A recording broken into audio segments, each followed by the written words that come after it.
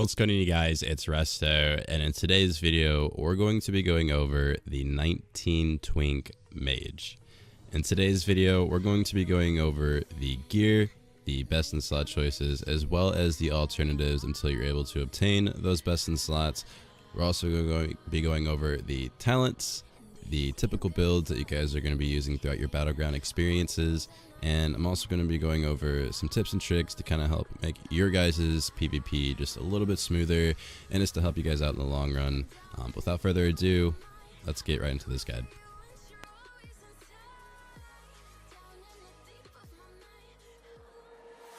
Alright, you guys, welcome back to the 19 Twink Guide series. And today we're going to be doing the 19 Mage. This is a very fun class, very underrated class. Definitely has some sort of a skill gap in it because of how you can utilize it. But moving into this class, there's really not much to it. It's very cookie cutter. It's very straightforward. There's not a lot to gearing a mage. However, it is on the person that makes it better. So let's get right into the gear. Moving on to the helmet, it's a lucky fishing hat. Obviously, it's gonna be your go-to helmet for every single twink that you guys have. This helmet, or hat I should say, is obtained through an event in Stranglethorn Vale every Sunday around 4 p.m. in your server. Going into this event depends on your server. What I mean by that is the competitive playing field that you're going to have in those areas. It really depends on the server. Like, I personally play on Fairlina, so there's going to be a lot of people on it going for any type of event, right? So I'm going to have to deal with a lot of people taking pools, so there's that to run into. If you guys don't want to run into that issue, go on a lower pop server to obtain this hat. Now, this hat can be obtained even after the event is complete, because the event itself goes on for hours. It's not just for the 30 minutes that it is until someone wins the contest. So that is something that you guys can consider. Moving on to the neck, we're looking at the Scout's Medallion. This is going to be the only neck that you guys are going to be going for. There is no intellect. There is no other alternative. This is really the only neck that you guys are going to be wearing for quite some time. Obtaining this is super easy. Like I mentioned in every video, going into this neck, you guys can get both the ring and the neck in the same game if you guys just focus on objectives and go for the win. This is a super easy thing, not very high maintenance thing to kind of go for. Very simple, very straightforward. But moving on to the shoulders, you guys are looking at the PvP version of the cloth, the Sunderseer Mantle. You're looking at some resilience here. The main objective is to kind of make yourself a little bit more mitigated to DPS coming at you. As a mage, you are very squishy. There's not really many kiting things that you guys can do. You guys don't have blink, you know, there's really not much other than Frost Nova. So, I mean, you guys got to work with what you got and survive the way you can. With that being said, you guys are going to go into the Spider Silk Drape and plop 70 armor on here. Now, you guys are going to be facing a lot of different variety of players. So with that being said, with the cloak, like I mentioned with every other class, always have multiple enchants of this cloak. So 70 armor, shadow resistance, and all resistance. Make sure you guys have all of these with you, because it's important to kind of swap it out depending on who you guys are facing. You're not always going to have a bunch of melee. You're not always going to have a bunch of casters. So whatever you have more of, whatever is more of a threat, make your cloak adaptive to that. Make yourself a little bit more aware of what's going on around you, so that way you guys can adapt to it and kind of make yourself a little bit more versatile in your guys' current battleground. For the Horde, you guys are going to rock the Inferno robe. This robe is a go-to for casters. That 19 spell power increase is just unmatched. You guys are going to put on exceptional health, so that way you guys can get the 150 health increase. And then onto the bracers, you guys are going to rock the crystalline cuffs. Go ahead and put 15 spell power on this. The main objective for a mage is to kind of increase your guys' magnitudes of your spells. You guys want to hit hard. You guys want to be chunky with your spells. Not so much the hit. Doesn't really matter that much. If you miss, you miss. Oh well. You really need to focus on getting those spells to hit hard. Moving on to the weapon, you guys can look at the Grand Staff of the Jordan, obviously for the resilience, but it is a really nice staff to go for all around. Intellect isn't really that much of an issue. As you can see, I'm damn near on the borderline of 1500, so I mean, you guys are golden. If you guys want to rock the other staff, by all means, you guys can go for that. Nothing wrong with that at all. However, I recommend this for the resilience. You guys really want to stack that stuff. For the Horde, you guys have access to Jute Break gloves. You guys don't have to get Jute Break gloves. You guys could go with the Serpent's gloves. They are literally the same stats. The only difference is that it's a different name, different color. It's unique. It's something new. Me personally, I like to be unique. I like to be different, so I like to go for Jute Break gloves. However, you guys don't have to do that. You don't have to be like me. You can go for the Serpent's gloves and have these same exact stats. Nothing different. Onto the belt, you guys are looking at the Keller's Girdle. This is a boa. So easily can be purchased, or you just go ahead and farm it until it drops. But these are normally very common on the auction house, so definitely go ahead and snag one of these. This is going to be your go-to belt for the cloth wearers. And then the pants, these are also a bound to equipped pants, so you can put 24 armor on this. These are the Dark Weave breeches. It's going to be nice for the intellect increase. The 24 armor, I recommend sending it to a higher tune that's level 20 or above and apply it yourself. That way you're risking any error, or not, you're not risking any error from happening, and if something does happen, it's on you and not somebody else, and you didn't just waste your gold and have somebody else mess that up for you. So that is something that you guys can consider. Do what you want. Personally, I always recommend doing it yourself if you can. Moving on to the pants, you're looking at the Spider Silk boots. There's really no alternative to these. This is going to be your go-to for every single caster that you go to, and especially for the Mage, every set that you're going to be using. Spider Silk boots with some minor speed increase. Minor speed is so important. Being able to kite and run around and being able to maneuver the battle rounds with minor speed is huge as a Mage, since you guys don't have blazing speed, blink, etc. But moving on to the rings, your duo is going to be the Advisor ring, the PvP ring, like I said, similar to the neck. Very simple to get, guys, not hard to get at all. And then the Seal of Sylvanas, you guys want a nice little stam increase. You guys don't want to be too low in the stam field, because as a Mage, yes, you are very squishy. So you guys want to make sure you guys have a nice health pool to kind of mitigate some of the damage coming at you, because you are going to be taking a lot of it.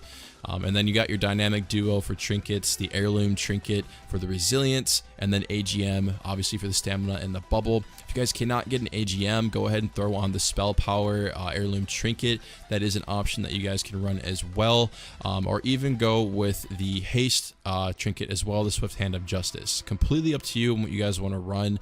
That's just what I would recommend. If you want to increase magnitude or increase haste, up to you, doesn't matter. And then your guys' wand is going to be the Gravestone Scepter, mainly looking at the shadow resistance here, but the damage output is very nice compared to a Banshee Rod. So when you go you guys have a nice bit of damage that you guys are doing with this wand. It's super nice to have. Definitely go for this for the DPS build. For the Alliance, it's not much different. I'm gonna be honest with you. The only difference is you're gonna use Seal of Rin instead of Seal of Sylvanas, and then you're gonna use your heirloom chest piece with 4 stats instead of having the Infernal Robe, and then obviously the Serpent's Gloves, like I was mentioning before, quite literally the same exact stats. Nothing else to it, guys. Very straightforward. All the same stuff. Pretty much a cookie cutter, if I will. If you're human, you go ahead and run 2 AGMs, or you can run an AGM with the haste and or spell power heirloom trinket. So completely up to you what you guys want to do there. But moving on to the FC set, because mages can be FCs, believe it or not.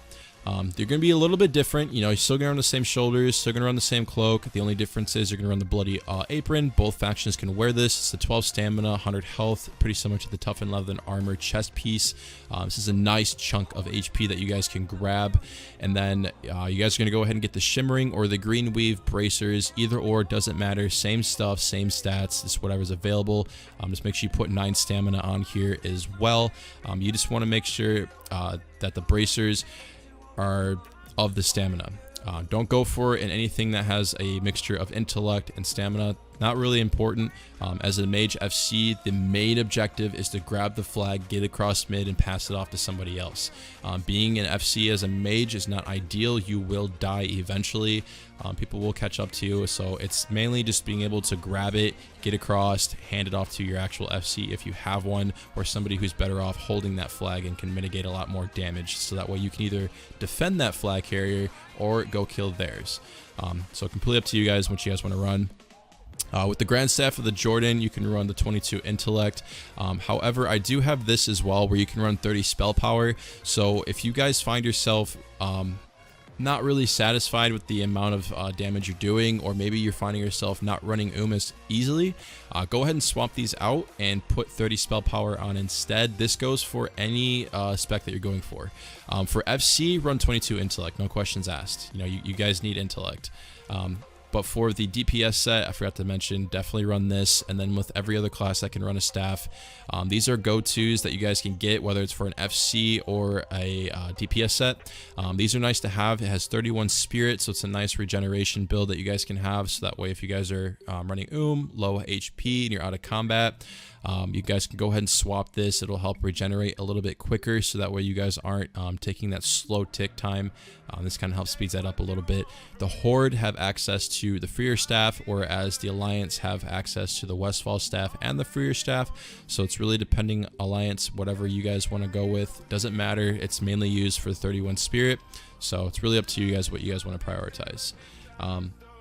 That's pretty much the Horde build for the FC set. You really got Pagan Mittens of the Eagle. I mean, this is pretty go forward to a lot of the Clothwear. If you guys watch the preset, it's very similar. But I'll go over it again, obviously. The Pagan Mitts of the Eagle are going to be your go-to. It's the 4 stamina, 4 intellect with 16 spell power, because you still want to make sure that you're getting the magnitude of the spells out there while you're casting. You know, you don't want to be a floppy fish in the middle of the field. You do want to be able to hold yourself and hold your ground. Bright Belt's going to be your guys' go-to, 4 stam, 4 intellect, and the Shimmering Trousers of the Eagle, the 5 stam, 5 intellect with the 24 armor, because these are bind to equipped. All of these should be very common on the auction house. If not, you guys can go ahead and farm them. They're not hard to get. Go ahead and go on wowhead.com and figuring out the best option to go for in terms of farming these. But they shouldn't be an issue at all, if I'm going to be honest with you guys. Shimmering Trousers of the Eagle, like I said before, with the other pants, 24 armor, send it to yourself. Put it on yourself to risk any issues from occurring. And then same thing, boots. These things will never swap off, just like the priest. It'll never swap off. It'll always be on you. For the rings, Seal Sylvanas and Blood Ring, obviously for the stamina increase, you guys definitely want to run these. It's going to optimize the most amount of health points that you guys are going to get. As you can see, we're close to 1600. Taking consideration, I am not buffed and I have no talents. So I like to show you guys raw what you are and how you can appear without any extra additions to your tune. So that is something to look at as well. The Alliance FC is pretty much the same. The only thing that's different is the Horde FC has Seal of Sylvanas and the Alliance FC doesn't. So you're just going to make 2 blood rings. Well, not make, but get 2 blood rings instead of the Seal of Sylvanas. If you guys really want, you could run the Seal of Rin. You're just going to take away a single health point. So, I mean, it's really up to you guys on what you want to do. There's really not much of a big difference other than adding on to the intellect. So that's going to be really the only big change in those rings. So it's up to you what you guys want to prioritize. I personally go for stamina because a bigger health pool is more important than the intellect in an FC set. And then the pants that are changing are the Pious leg wraps. Alliance does have access to this through a quest. Horde doesn't. However, these are not bind to equipped, obviously, so you guys are only going to be able to put 16 armor on this, but you do get 8 stamina out of it, so that's huge. So definitely run these as Alliance. Other than that, that's pretty much all there is to a mage. Like I said, very cookie cutter. There's not much to it. The humans are going to run the Seal of Rin if you guys want. But it's mainly for the double AGM, so it's really up to you guys on what you guys want to run in terms of trinkets as a human. You guys have the option to run double AGM, or like I said before, you know, you can swap out between the haste and the spell power. Very opportunity given with it with a human, since you guys' racial is a trinket pretty much. But other than that, for the professions that you guys want to run is Life Bloom. This is huge. I cannot stress this enough how big herbalism is with Lifeblood. 720 healing on a single 3-minute CD is insane.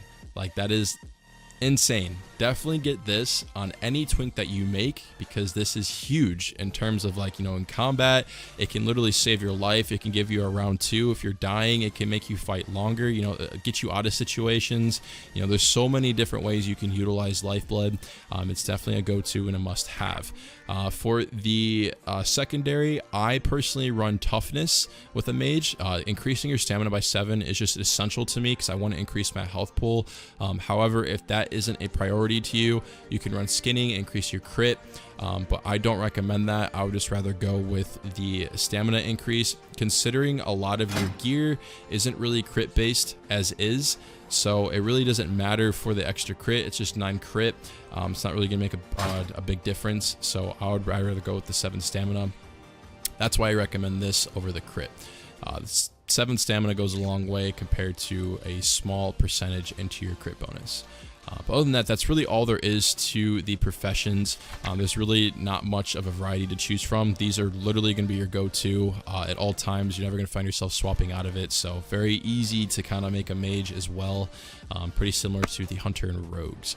But other than that, that is the gear like I mentioned before. So let's go ahead and talk about the talents. Alright, so with the mage talents, they're very cookie cutter as well. There's really not much to it other than the glyphs, unfortunately. I have experimented in the past on private servers with like different talent options, like going for fire mage. I have done fire mage builds in the past. They are doable. However, the damage output a frost mage can do compared to the fire mage build is just unmatched. It's not worth going for, although it is something fun to do, to kind of mess around with and have fun with. So that is an option, but I'm not going to discuss that. I'm going to focus on, you know, what actually matters in terms of DPS output to make your guys' Twink the best. So with that being said, you guys can do improved Frostbolt. It's going to reduce your cast time of that Frostbolt. Definitely want to pump out as many frostbolts as possible. And then you're going to put 2 out of 3 into Frostbite. This is going to give you guys a chance to put a target into Freeze, so that way you can Nova them. And that's what a glyph that I'm going to talk about comes into play that you guys could run, that I really recommend. Permafrost is going to be where your last set of talent points go into. This is really looking at increasing the duration of the chill effects by 3 seconds.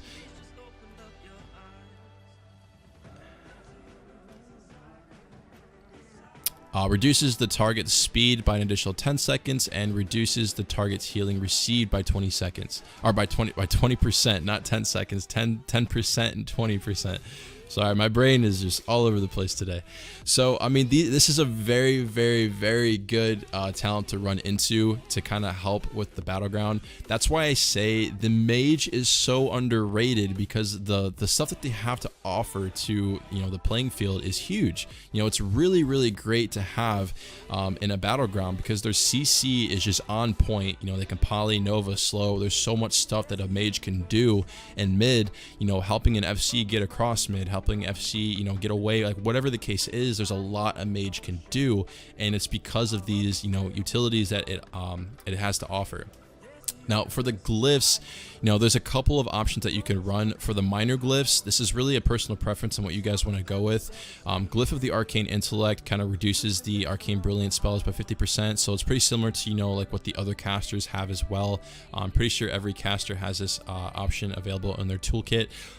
This isn't something that you have to have, though, because you could also have Glyph of the Frost Armor, where it increases your duration of Ice Armor by 30 minutes, or Frost Armor. Think of it like the Druid's Thorns, right? This is pretty much what this does, so you don't always have to apply it. So it's really up to you on what you guys want to run. Either or, it's not an essential. I'm pretty sure it already comes on to you for 30 minutes for the Frost Armor. So, I mean, if you guys don't want it on for an hour, completely up to you. Go ahead and run this to reduce the intellect, the amount of mana that it costs. So up to you. Like I said, personal preference. There's really no if, and, or. For the major, a lot of people run a Glyph of Polymorph. This is honestly a really good go-to, because it reduces, or it takes off all the dots off of your polymorph when you go to polymorph somebody. So this is preventing it from being broken. So it's always, you know, making sure it's landing and staying on. The CCs are viable. Now, this is something that a lot of people run for a reason, because it's really good in arenas, and it's also really good for CCing somebody in mid and treating it like an arena fight. However, you don't have to run this. You could run Glyph of Frost Nova. Your Frost Nova targets can take an additional 20% damage taken before the Frost Nova effect automatically breaks. That is huge, right? Think of it like Shatter, right? You're doing a lot of damage. So it really depends on what type of mage you're being at that given time. Are you getting ready to go into a war game? Are you getting ready to, you know, just be somebody that's taking out people in mid or in the FC room? You know, that's why I'm saying, like, this is really nice of killing an FC that can't break out of roots. Or maybe you can combo with some people that you're playing with. You can stun them, put them into a Nova, and then go ahead and attack them and treat it like a Shatter. I mean, that's a good combo that you guys can have, and definitely like a big brain play. So this is definitely an option that you guys can run with instead of the polymorph. The only thing you're sacrificing is the polymorph can break if there's a bunch of dots on them. That's the only thing. But me personally, I mean, I don't see an issue with that. I don't really care for that. You just got to make sure you're communicating with your team. If you are in a war game scenario and you are going to run this, just be like, hey, don't put any dots on X, Y, and Z. That way nobody puts dots on them. You can polymorph them, get the CC off, and then start your combo. So that is definitely something that you guys can do as well. This is also another option you guys can do is Glyph of the Remove Curse. Your Remove Curse spell can also make you immune to all curses for 4 seconds. Now, this is really nice to have if you're running against a lot of warlocks, right? If you're going against a war game that has a lot of warlocks and you know they're going to be a pain, this is definitely something that you can run so they don't reapply. However, this isn't a really big glyph to have. This is just like something that I think is worth showing you guys, because it is an option that you guys could do if there's a lot of warlocks, but the chances of that happening aren't really high. So the main glyphs you guys should really look at are these two. These are definitely two really good glyphs to kind of run and take in consideration. Me personally, if it were me playing by myself, 100% I'm running this. If I'm playing with people, 100% running this, because this is really, really nice to have. If I'm running solo, I mean, I might run this. You know, it depends on, you know, how many people are actually being FCs on the opposing faction. You know, like how many people are on as an FC. You know, that's where my mind's going at. I'm not really on a mage a lot, so I mean, chances are I'm probably going to run this because I think it's just a fun DPS build to run. I probably wouldn't run this unless I'm running a lot of arenas, so I mean, that's what I would probably go with. But I mean, I would choose between the two. I mean, they're definitely both viable. I just feel like I would have more fun running Glyph of the Frost Nova, and I would sacrifice, you know, having the chances of my polymorph being CC'd. But that also comes into play on you of knowing, like, all right, this person has a load of dots on him, let's not try to CC him. However, you can CC as like a counter cast, you know, like a quick, like, stop somebody from casting for a few. I mean, that is something you guys can do as well. But I mean, at the end of the day, it comes down to you as a player and your social awareness and what's going on around you and what you want to do from there. Other than that, that is the guide for the mage. I hope you guys enjoyed, learned something new, and got something from this. If you guys want to see a class that I have not uploaded already, go ahead and comment that down below. Go ahead and prioritize that onto the list. But other than that, hope you guys enjoyed this video. It's been Resto, guys. See you guys next time.